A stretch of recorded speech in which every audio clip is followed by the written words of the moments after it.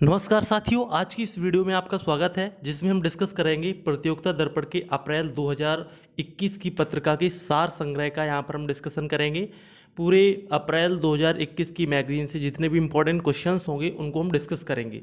इससे पहले मैंने जनवरी, फरवरी, मार्च 2021 के प्रतियोगिता दर्पण के अंकों का सार संग्रह का वीडियो बनाया है, उसको आप चैनल की प्लेलिस्ट में जाकर देख सकते हैं।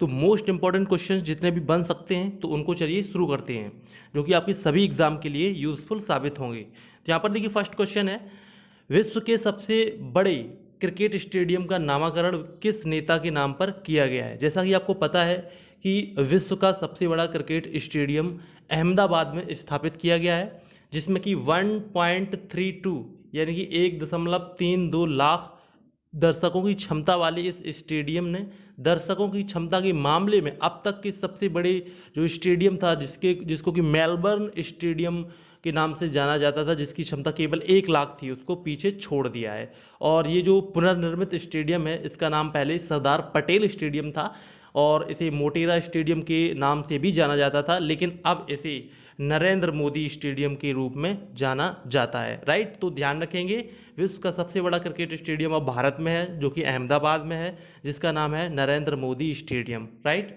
चलिए नेक्स्ट क्वेश्चन देखते हैं। क्वेश्चन नंबर सेकंड, हाल ही में पूर्वोत्तर भारत के किस राज्य की विधानसभा में पहली बार राष्ट्रगान की धुन बजी है। तो इसका आंसर हो जाएगा नागालैंड, ऑप्शन बी सही होगा।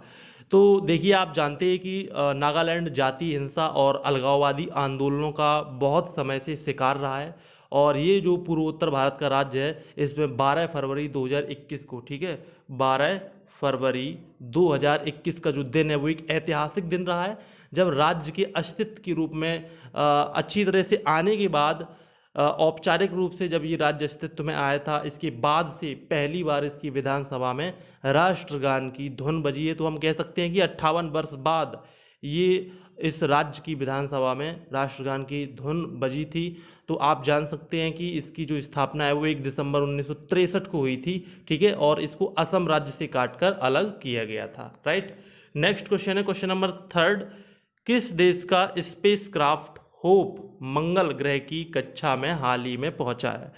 तो इसका आंसर हो जाएगा, यहाँ पर ऑप्शन दिए गए इन सभी क्वेश्चंस के आप अपनी तरफ से आंसर लगा सकते हैं।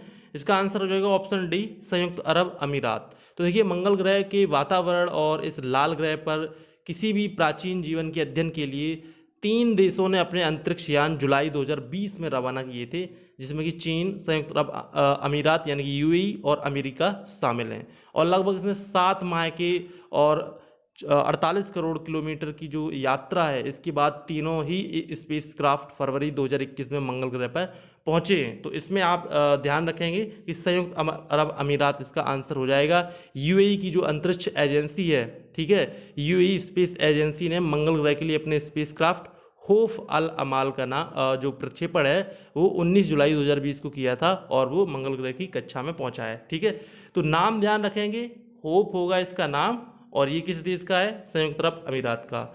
नेक्स्ट क्वेश्चन है क्वेश्चन नंबर 4, लोकतंत्र सूचकांक 2020 में भारत को कौन सा स्थान मिला है। मोस्ट इंपॉर्टेंट क्वेश्चन है, इससे रिलेटेड क्वेश्चंस एग्जाम में आ ही जाते हैं।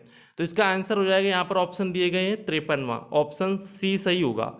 तो ये जो लोकतंत्र सूचकांक है वो विभिन्न राष्ट्रों में लोकतंत्र की जो स्थिति है उसका आकलन करने के लिए लोकतंत्र सूचकांक यानी कि डेमोक्रेसी इंडेक्स की जो गणना है वो ब्रिटेन की एक यूनिट है जिसको बोलते हैं द इकोनॉमिस्ट इंटेलिजेंस यूनिट। ये 2006 से इसकी आकलन करता है, और वर्ष 2020 के लिए ऐसी ही सूचकांक की जो रिपोर्ट है वो 3 फरवरी 2021 को जारी की गई थी। राइट, यानी कि 2020 के लिए जो लिस्ट आई है वो 21 में आई है, जिसमें कि 167 देशों का इसमें आकलन किया गया है, जिसमें कि भारत को 53वां स्थान मिला है। बात करते हैं पहले राष्ट्र की जहां पर लोकतंत्र सबसे अच्छा माना जाता है, तो वो है आपका नॉर्वे। ठीक है, नॉर्वे कंट्री जो है वो टॉप 10 में और पूरी लिस्ट में अभी पहले स्थान पर है, दूसरे स्थान पर आइसलैंड और तीसरे स्थान पर स्वीडन है। और अगर हम बात करें सबसे नीचे जो लिस्ट में नाम है वो 157वां जो कंट्री है वो है यमन, और 157 में ही स्थान पर संयुक्त रूप से लीबिया, यानी कि यहाँ पर लोकतंत्र काफी खराब है। राइट, नेक्स्ट क्वेश्चन है क्वेश्चन नंबर 5, विश्व व्यापार संगठन WTO की नई महानिदेशक कौन बनी है। तो यहाँ पर ऑप्शन दिए गए हैं, इनमें जो राइट आंसर होगा नाइजीरिया की जो पूर्व वित्त मंत्री रही हैं नगोजी ओंकोजी इबीला, ऑप्शन ए सही हो जाएगा। ये विश्व व्यापार संगठन यानी कि WTA की नई महानिदेशक बनी है। ध्यान रखेंगे कि इससे पहले जो पद था, ठीक है, इससे पहले जो पद था वो विश्व व्यापार संगठन की नई महानिदेशक का पद 1 मार्च 2021 तक खाली था और इसके बाद इन्होंने इस पद को भरा है। ठीक है, नेक्स्ट क्वेश्चन है क्वेश्चन नंबर 6, हाल ही में राज्यसभा के विपक्ष के नेता कौन बने हैं? तो इसका आंसर हो जाएगा कांग्रेस के जो नेता हैं उनका नाम है मल्लिकार्जुन खड़गे, ऑप्शन ए सही हो जाएगा। तो वरिष्ठ कांग्रेसी नेता रहे मल्लिकार्जुन खड़गे अब राज्यसभा में विपक्ष के नेता फरवरी 2021 से बने हैं और इस पद पर कांग्रेस के ही गुलाम नबी आज़ाद का उन्होंने स्थान लिया है। गुलाम नबी आज़ाद की जो राज्यसभा की सदस्यता थी वो 15 फरवरी को समाप्त हो गई थी और इसके बाद ये पद रिक्त था। राइट, नेक्स्ट क्वेश्चन है क्वेश्चन नंबर 7, राष्ट्रीय अनुसूचित जाति आयोग के नए अध्यक्ष कौन बने हैं? और ये आपके लिए मोस्ट इंपॉर्टेंट क्वेश्चन हो जाता है। तो इसका जो राइट आंसर होगा विजय सांपला, ऑप्शन बी सही होगा। तो पूर्व केंद्रीय राज्य मंत्री रहे विजय सांपला राष्ट्रीय अनुसूचित जाति आयोग यानी कि national commission for scheduled caste NCSC के नए अध्यक्ष फरवरी 2021 में बनाए गए हैं और इस पद पर भाजपा के ही श्री राम शंकर कठेरिया, जिनका कार्यकाल पिछले वर्ष ही पूरा हो गया था, उनका स्थान उन्होंने लिया है। राइट, तो अध्यक्ष पद पर श्री सांपला की जो नियुक्ति है, इसके साथ ही पश्चिम बंगाल के भाजपा नेता श्री अरुण हालदार को आयोग का उपाध्यक्ष भी बना दिया गया है। राइट, नेक्स्ट क्वेश्चन है क्वेश्चन नंबर 8, हाल ही में PIB के नए महानिदेशक कौन बने हैं? तो इसका आंसर हो जाएगा, यहाँ पर ऑप्शन दिए गए हैं जयदीप भटनागर, ऑप्शन सी सही होगा। तो भारतीय सूचना सेवा के 1986 बैच के अधिकारी श्री जयदीप भटनागर भारतीय सूचना और प्रसारण मंत्रालय में प्रेस इंफॉर्मेशन ब्यूरो यानी कि PIB के नए प्रधान महानिदेशक 1 मार्च 2021 को बनाए गए हैं। ठीक है, यानी कि 1 मार्च को वो महानिदेशक बनाए गए हैं। और मैं आपको बता दूं कि इससे पहले जो आकाशवाणी में प्रमुख रहे हैं उनका जो कार्यकाल है वो 28 फरवरी को वो सेवानिवृत्त हुए थे, जिनका नाम था S Dhatwalia. Right, next question है question number 9, Femina Miss India 2020 का खिताब किसने जीता है? यहाँ पर ऑप्शन दिए गए हैं। तो इसका जो राइट आंसर होगा वो मनासा वाराणसी होगा, ऑप्शन ए सही होगा।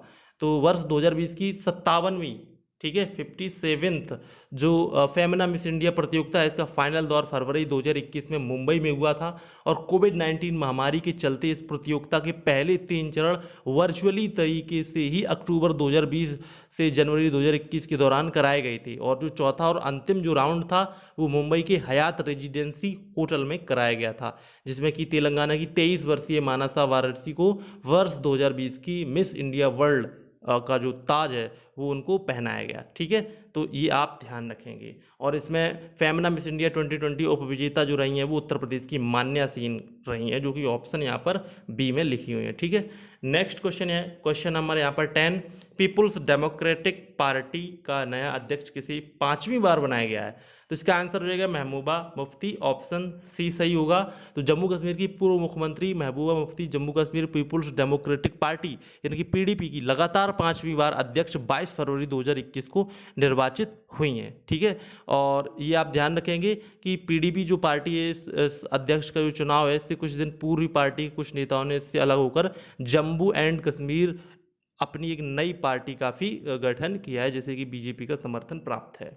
नेक्स्ट क्वेश्चन है question number 11, golden globe award 2021 में सर्वश्रेष्ठ फिल्म का अवार्ड किसे मिला है? तो यहाँ पर ऑप्शन दिए गए हैं, इसका आंसर हो जाएगा नोमैडलैंड, ऑप्शन ए सही होगा। तो आपको पता होगा कि वर्ष 2020 में प्रदर्शित फिल्मों के लिए हॉलीवुड के प्रतिष्ठित 78वें गोल्डन ग्लोब पुरस्कारों का जो वितरण है वो कैलिफोर्निया में 28 फरवरी 2021 को किया गया था। ठीक है, तो इसमें सर्वश्रेष्ठ फिल्म, सर्वश्रेष्ठ अभिनेता, सर्वश्रेष्ठ अभिनेत्री जैसे जो अवार्ड है वो दिए जाते हैं, जिसमें कि सर्वश्रेष्ठ फिल्म जो है वो नोमैडलैंड को दिया गया है। इसमें सर्वश्रेष्ठ जो अभिनेता रहे हैं वो हैं Chadwick Boseman. Right, next question है क्वेश्चन नंबर 12, योगी आदित्यनाथ सरकार का 5वां बजट कितने रुपए का पेश किया गया? अगर आप यूपी के हैं और यूपी की किसी एग्जाम की जैसे कि पैट एग्जाम की तैयारी कर रहे हैं तो ये क्वेश्चन आपके लिए है।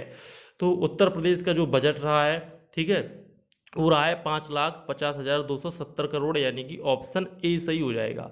तो वित्तीय वर्ष 2021-22 के लिए उत्तर प्रदेश का जो बजट है, उत्तर प्रदेश के वित्त मंत्री श्री सुरेश कुमार खन्ना ने 22 फरवरी 2021 को विधानसभा में प्रस्तुत किया था, जिसमें कि आपको बता दूं कि योगी आदित्यनाथ के नेतृत्व वाली जो भाजपा सरकार है, ये लगातार 5वां और अब तक का सबसे बड़ा बजट रहा है, राइट।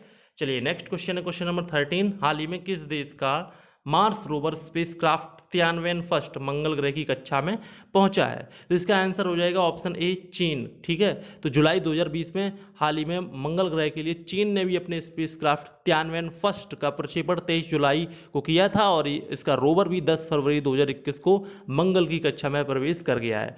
इसमें China space national space administration के इस मंगल मिशन में आर्बिटर, लैंडर और रोवर तीनों इसमें शामिल हैं, राइट। चलिए नेक्स्ट क्वेश्चन है, क्वेश्चन नंबर 14। किस अमेरिकी राष्ट्रपति के विरुद्ध दूसरी बार लगाया गया महाभियोग प्रस्ताव भी सीनेट में खारिज हो गया है? तो इसका आंसर हो जाएगा डोनाल्ड ट्रंप, ऑप्शन बी सही हो जाएगा। तो रिपब्लिकन पार्टी के रहे डोनाल्ड ट्रंप अमेरिकी इतिहास में ऐसे पहले राष्ट्रपति हो गए हैं जिनके विरुद्ध 2 बार महाभियोग प्रस्ताव उनके ही कार्यकाल में लाया गया। हालांकि दोनों बार प्रतिनिधि सभा में पारित नहीं होने के कारण और सीनेट में भी ये पारित नहीं होने के कारण ये जो है उनके विरुद्ध पूर्ण रूप से ये प्रस्ताव नहीं सफल हो पाया। ठीक है, तो ये आप ध्यान रखेंगे।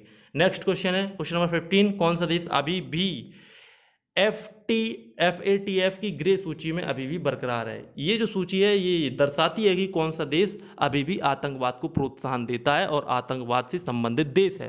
तो इसमें आंसर हो जाएगा ऑप्शन ए, यानी कि पाकिस्तान जो देश है वो अभी भी इस सूची में बरकरार है। नेक्स्ट क्वेश्चन है, क्वेश्चन नंबर 16। 3.77 लाख मेगावाट की क्षमता के साथ विद्युत उत्पादन में भारत का विश्व में कौन सा स्थान है?